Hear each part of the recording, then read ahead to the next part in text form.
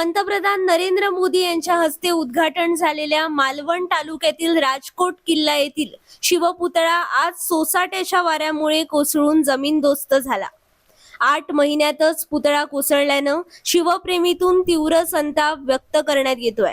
घटनेची माहिती मिळताच तहसीलदार वर्षा झालटे आणि पोलीस निरीक्षक प्रवीण कोल्हे यांनी तात्काळ घटनास्थळी धाव घेऊन राजकोट किल्ला बंद केला होता। शिवपुतळा आणि राजकोट किल्ला यांच्या बांधकामाबद्दल अनेकदा राजकीय पक्षांनी आक्षेप घेतला होता, तसेच नाराजी देखील व्यक्त केली होती। छत्रपती शिवाजी महाराजांच्या पुतळा आज निकृष्ट कामामुळे कोसळला, याबद्दल आम्हाला अति दुःख होतंय। शिवप्रेमी म्हणून आम्ही याचा निषेध करतो। खरं तर गेल्या 6 महिन्यापूर्वी कोट्यवधी रुपये खर्च करून हा पुतळा या ठिकाणी उभारण्यात आला आणि त्यावेळी इथल्या स्थानिक लोकांनी सुद्धा त्यावेळी पुतळ्याच्या कामासंदर्भात तक्रारी केल्या होत्या, वृत्तपत्रात सुद्धा आल्या होत्या, परंतु त्याकडे पद्धतशीरपणे दुर्लक्ष केलं गेलं आणि जे विरोध करतायत ते आपल्या विरोधात असा त्यांनी समज करून घेतला।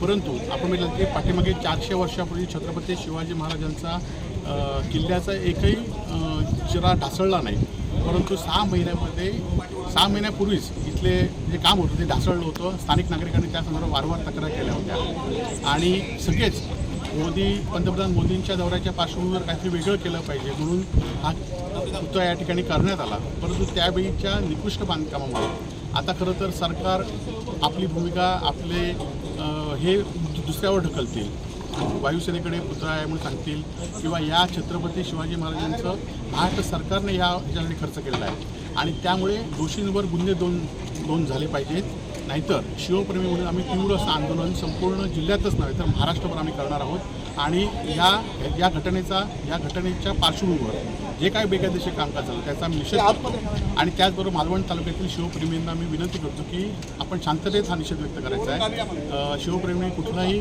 उद्रेक करू नये आणि शांततेमध्ये पाळावी पाहिजे, कारण छत्रपती शिवाजी महाराजांची अस्मिता ही महाराष्ट्राची अस्मिता आहे आणि आमची अस्मिता आहे आणि त्यामुळे या पुतळ्याच्या बांधकामामध्ये, या पुतळ्याच्या बसवण्यामध्ये, या पुतळ्यामध्ये जो काही हलगर्जीपणा असेल, आपण बघितलं असाल की संपूर्णपणे जे स्ट्रक्चर वापरलं ते एकदम स्टीलचं वापरलं गेलं, लोखंडी वापरलं गेलं, ते 6 महिन्यात वर्षभरातच खरं तर गंजतं आणि या सगळ्या कामाचा भ्रष्टाचार झाला आहे की याची चौकशीला सरकारने वेगळी समिती नेमली पाहिजे, नाहीतर आम्ही शिवप्रेमी म्हणून तीव्र आंदोलन करू। नमस्कार।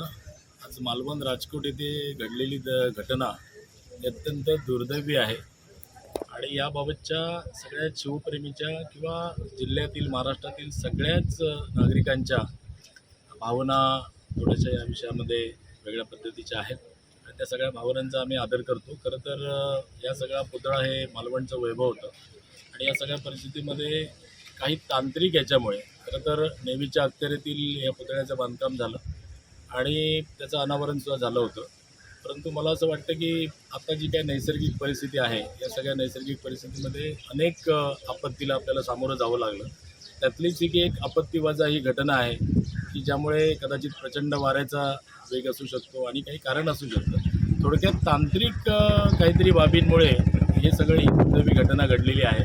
तर त्यामुळे या सगळ्या तांत्रिक बाबीमध्ये काय चुकलं, काय झालं, या सगळ्याबाबतची एक सखोल चौकशी निश्चितच होईल आणि पुन्हा एकदा सगळ्यांचा मानबिंदू असलेल्या या सगळ्या पुतळ्याच्या उभारणीचं काम आपलं सरकार निश्चित हाती घेईल आणि ते खूप लवकरात लवकर पूर्ण होईल। आम्ही सगळ्यांच्या भावनांचा आदर करतो आणि आव्हानही करतो की हे थोडंसं नैसर्गिक आणि काही तांत्रिक चुकीमुळे घडलेली घटना आहे, तर कृपया याबाबतीत कुठल्याचं राजकारण न येता सगळ्यांनी आपण शिवप्रेमी म्हणून या सगळ्या घटनेला सामोरं गेलं पाहिजे आणि असं सामोरं जाऊन पुन्हा एकदा हा मानबिंदू असलेला छत्रपती शिवरायांचा पुतळा एका दिमाखामध्ये उभं करण्याच्या मागे सगळ्यांनी आपलं सहकार्य दिलं पाहिजे।